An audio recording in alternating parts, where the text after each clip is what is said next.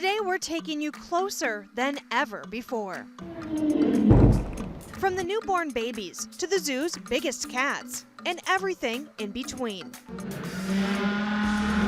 Get ready for a wildlife experience like no other. So today's exam was an ultrasound examination.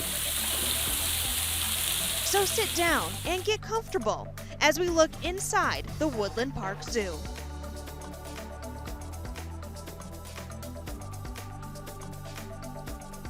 Hello and welcome to the Woodland Park Zoo. I'm Shelby Miller.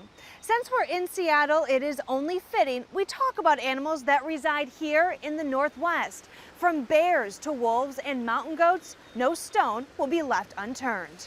Plus, we'll look under the microscope to uncover two very important conservation efforts going on right here at the zoo. First off, we're going to start with a fan favorite. Of course, all the animals here at the Woodland Park Zoo are special, but one elk in particular has made a name for herself here in Washington because she is just so friendly toward people. But unfortunately, that is not safe for wild animals. So in the spring of 2019, Buttons the elk came here to the Woodland Park Zoo, and she's made herself right at home. Snacking on some crunchy carrots and delicious zoo treats. This Rocky Mountain elk is cute as a button, and I'm sure she's heard that phrase a time or two in her life because, well, her name is Buttons, and people absolutely adore her. But unfortunately, the bond between Buttons and humans is actually what landed her here at the Woodland Park Zoo. She actually was habituated or socialized towards people. Animal care manager Tina Mullet says Buttons' early days in the wild are a bit unclear, but they have a hunch about what might have happened. People will find young ones and they think they're abandoned where the mother just parks them somewhere, and people thinking they're doing well feed them or offer them food, and so the animals lose their fear of people and can also often get them into trouble. They'll go into people's yards, they'll be chased by dogs. They just don't have the natural fear from humans, and so they get themselves in predicaments where they shouldn't. The friendly young elk became somewhat of a local celebrity in Cle Elum. People would pet her, feed her, and take pictures with her. She became too dependent on people, and Washington Department of Fish and Wildlife officers worried about Button's safety. They tried reuniting her with her own kind. They had tried reintroducing her to a group of elk out near Selah, Washington. And unfortunately, because she had been around people at a young age, she was more interested in hanging out in people's yards and hanging out with people and was getting into trouble and not really wanting to stay with the elk herd. So wildlife officials reached out to the Woodland Park Zoo to see if the 8-year-old elk could join the herd here. She moved in the spring of 2019. Buttons hit it off with the 3 fellow elk, Goodwin, Sarah, and Jesse. And to no one's surprise, she liked the zookeepers too. She adjusted really well. She actually was very easy to work with because she was used to people, and she would come up when we called and come to the barn. Although keeping these native Northwest animals in the wild is the goal, sometimes it's not suitable for their safety. Mullet says Button's story is a good reminder to leave nature alone. Leave wildlife wild. If you do find an animal that you fear is orphaned or in trouble, contact the State Fish and Wildlife Department. They can get a professional rehabber to assess the situation. You don't want to pull an animal and bring it to your home and try to raise it. You may not have all the information that you need on how to take care of that animal. And the other situation is it may not actually be orphaned, and you've actually interfered and created a bigger problem. Is the western pond turtle poised for a comeback? It's amazing to think about, and the Woodland Park Zoo deserves a lot of the credit. Years ago, these freshwater turtles were on the brink of extinction. There were only 150 left. Over the last 3 decades, zoo staff have raised and released more than 1,300 back into the wild, and it all began right here in this lab.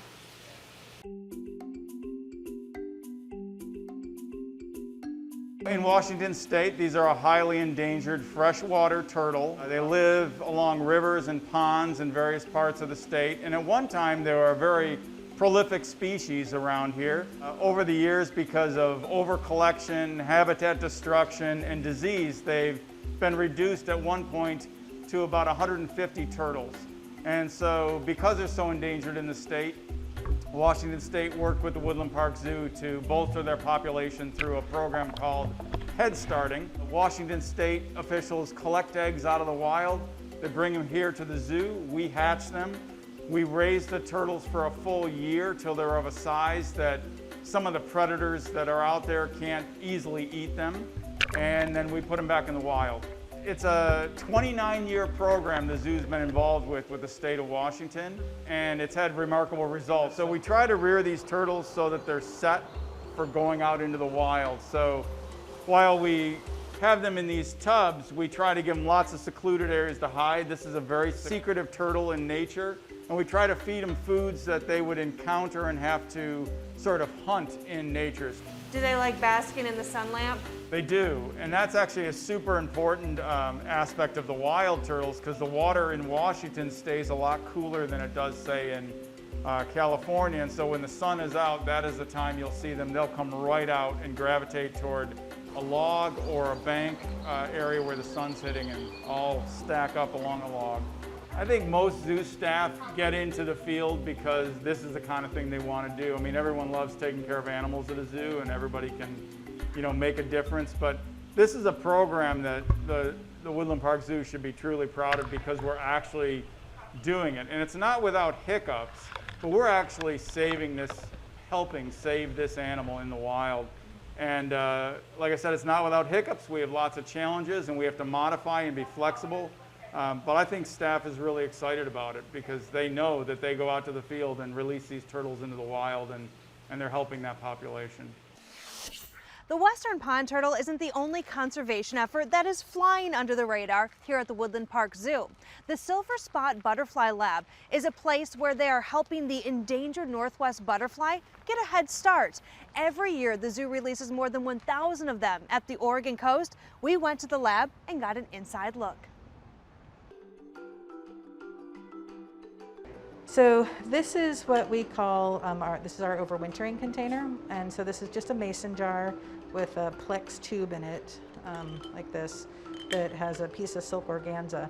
And so as the butterfly is laying eggs, we collect the eggs and put them in a petri dish, and then as the eggs get close to hatching, we put in these little tiny corrugated cardboard pieces. And what the larva does, it will hatch and it will eat its egg case, and then it takes a big drink of water and it swells up, and then it starts to like move its head back and forth looking for something. And we're pretty sure it's just looking, all they can see at that point is like light and dark, so they don't have very good eyesight. But it heads directly towards the little caves that our piece of corrugated cardboard has made. And then they line themselves up. They put down a little bit of soap, poop once, and then go to sleep. And so we could easily fit about 10 or 15 little tiny first instar larvae on this yurt. And then we put water in this container and we put a lid on it, and this goes into the refrigerator, and that's their home for like 8 months. When they first come out, they're in little tiny glass jars, because they're so tiny, we want them to be able to find their food, and the shoe boxes are a little too big. So they start off in a small jar, and then they graduate to a little bit larger jar, and then once they're very big and mobile, then they go to the shoebox. Our horticulture department makes 2 early blue violet plants. That's their host plant. It's the only plant that these caterpillars eat. So our horticulture department makes about 3,000 plants for us for the lab. And we've been involved in this project for about 20 years. And we are often asked, why is a zoo in Washington involved in a project for a butterfly in Oregon? And the reason is because the butterfly was in Washington. It's where we want the butterfly to come back to. The butterfly is still here, and there was definitely a point in the population where the numbers dropped so low, it was worried that this butterfly wasn't gonna be around at all. So our success is that at this point is we can say the butterfly is still here, and we still have an animal that we can work with, and we're not giving up hope. Hopefully at some point we'll be able to completely put ourselves out of work and say the butterfly's fine, doesn't need us, it's in Washington, it's flying, woohoo! You know, that's the hope. So you've met the elk herd, and we've explored 2 impressive labs here at the Woodland Park Zoo. But the fun is just getting started. Coming up, we'll introduce you to the zoo's ambassador animals and explain the important role they play for their wild brothers and sisters.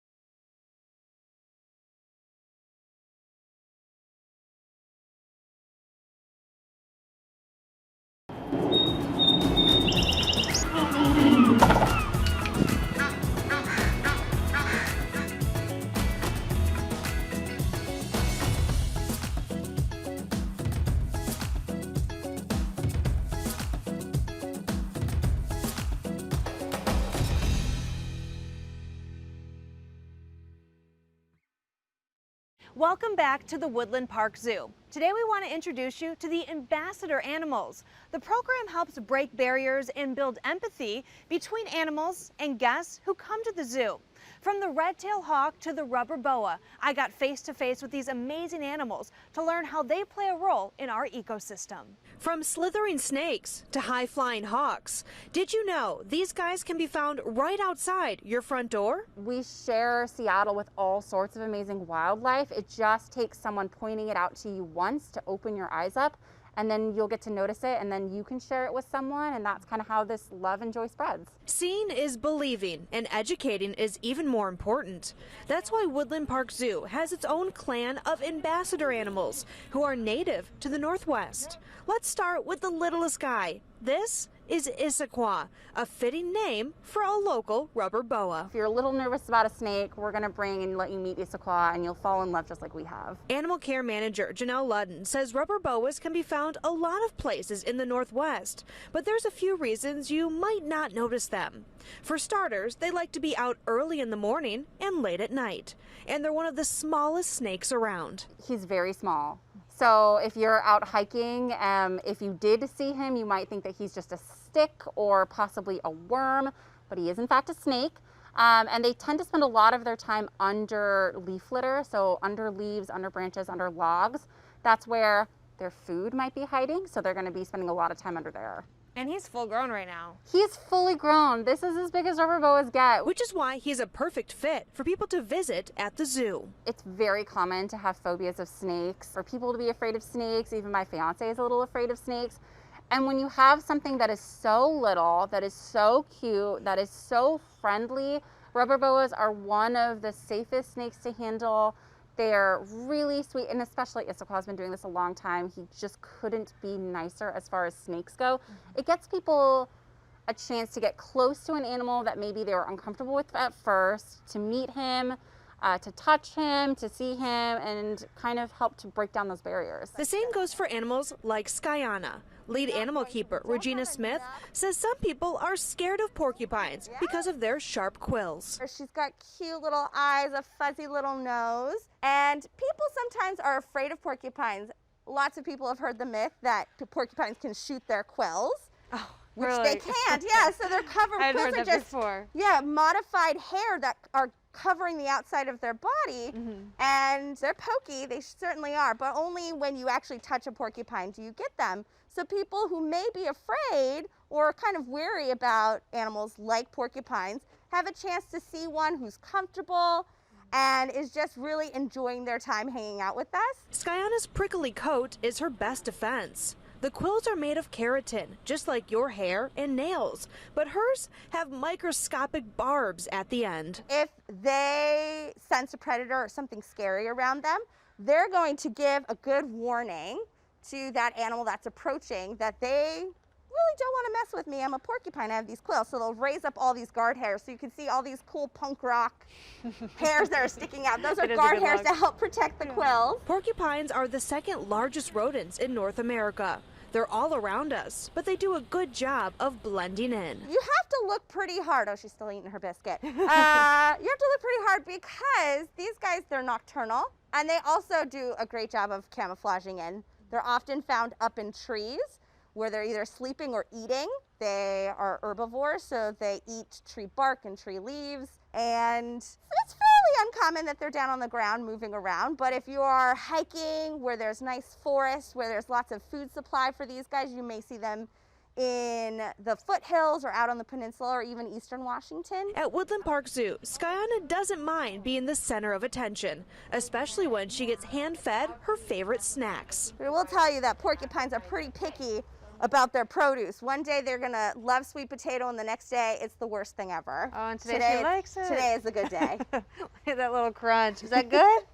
And the fact that she can just hold it in her hand is so cute. Yeah, their feet are incredible. So it's sort of like an oval shape with really long toenails. Those toenails help them dig into the trees that they're climbing, those dig into the bark.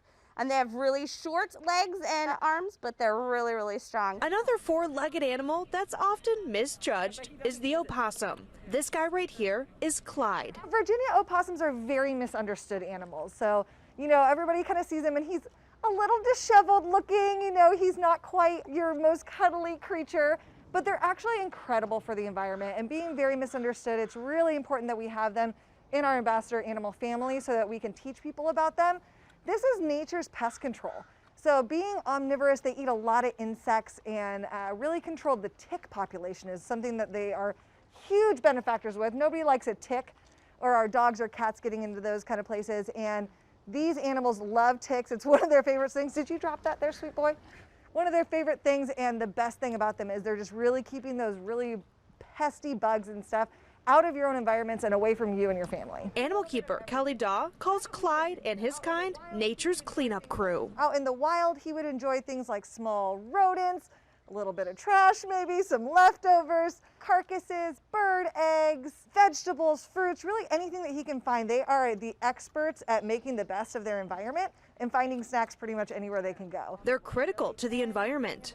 Having Clyde at the zoo helps people form a connection, build an understanding, and learn about animals they probably don't expect to see when they come to the zoo. They can't hurt you. They're not something to be afraid of. They're way more afraid of you than you are of them. So just let them carry on doing their thing, and they're going to do the best thing for our environment. Finally, we saved this incredible bird of prey for last. So this is Gunner, and he is a red-tailed hawk. He is about 11 years old. Red-tailed hawks, like Gunner, can be spotted all over the place. And these guys are everywhere, which is pretty cool. You can see them just as you're driving down the road. They like to hang out on lampposts, like on the side of the road, just waiting for food and rats to go by. And it's pretty amazing. Sometimes you don't realize what's around you until someone points it out. You know, I used to be that way. Raptors typically have excellent vision, but sadly, Gunner lost his sight when he was just a baby after being hit by a car. Animal keeper Crystal Cruz says that's how Gunner ended up here at Woodland Park Zoo. Since he can't survive in the wild, his days are spent with his animal ambassador crew. We have a lot of animals that work on our team, and they actually go out to school. Sometimes they do the news, they do birthday parties and other educational things to bring people really close to the animals. It gets people a close-up look, and they get to learn all about these amazing creatures that we live with. A lot of times people don't realize what we have in our backyards. Right now, wildlife cameras are tracking native species like these wolves across the Pacific Northwest. Coming up, the crucial data it's providing and how you can lend a helping hand.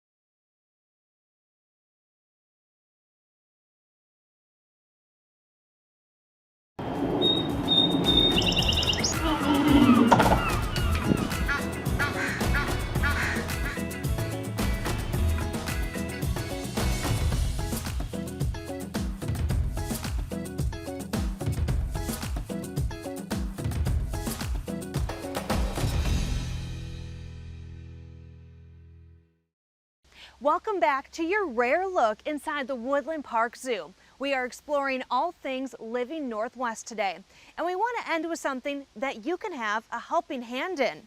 The zoo is using technology to study how carnivores can coexist with us, humans. It's a fairly new initiative, but the results are already revealing information we never had before. We're really curious to find out more about animals like coyotes and black bears that are very common in Washington, and even raccoons and river otters and animals like that. And so we have a project called the Seattle Urban Carnivore Project, where we use camera traps to study those animals in our region. And really what that comes down to is how we can coexist with those species. So we have a tool that the zoo launched just about a year ago in August of 2019 called Carnivore Spotter. And so when people see carnivores in their area, whether it's coyotes or bobcats, black bears, raccoons, they can report those observations and share with us. And it helps us to learn more about how those animals are using our landscape and where people come into contact with them and what kinds of interactions are happening. So this is just one type of camera trap or remote camera, and they're used for a lot of different things, but often for wildlife research. And so they will detect if something is moving in front of it or if there's a temperature change in front of it. They'll take pictures during the day or the nighttime. And basically we put them in a lock box like this. We would have a lock with it, lock it up. And then once it's in there, you can strap that onto a tree or something. And then those can be up for, a month to a year. And with the batteries and the memory cards, they'll just collect a lot of photos of wildlife and tell you what's in that area. The camera traps are important because they give us a lot of data, and they give it to us in a way where we don't have to disturb the animals. We don't have to capture them or put collars, and they can just sit out there passively and collect a lot of information. We've spent the day exploring Living Northwest. It's a signature program here at the Woodland Park Zoo, and it's no secret why. Connecting conservation efforts with the zoo's coexistence research. If you want to learn more about the Woodland Park Zoo, just head to their website. Or, better yet, bring your family and friends and enjoy an afternoon here for yourself. It has been so much fun. We don't want to leave, but unfortunately, we have to. That does it for us today. I'm Shelby Miller, and we hope you enjoyed this look inside the Woodland Park Zoo.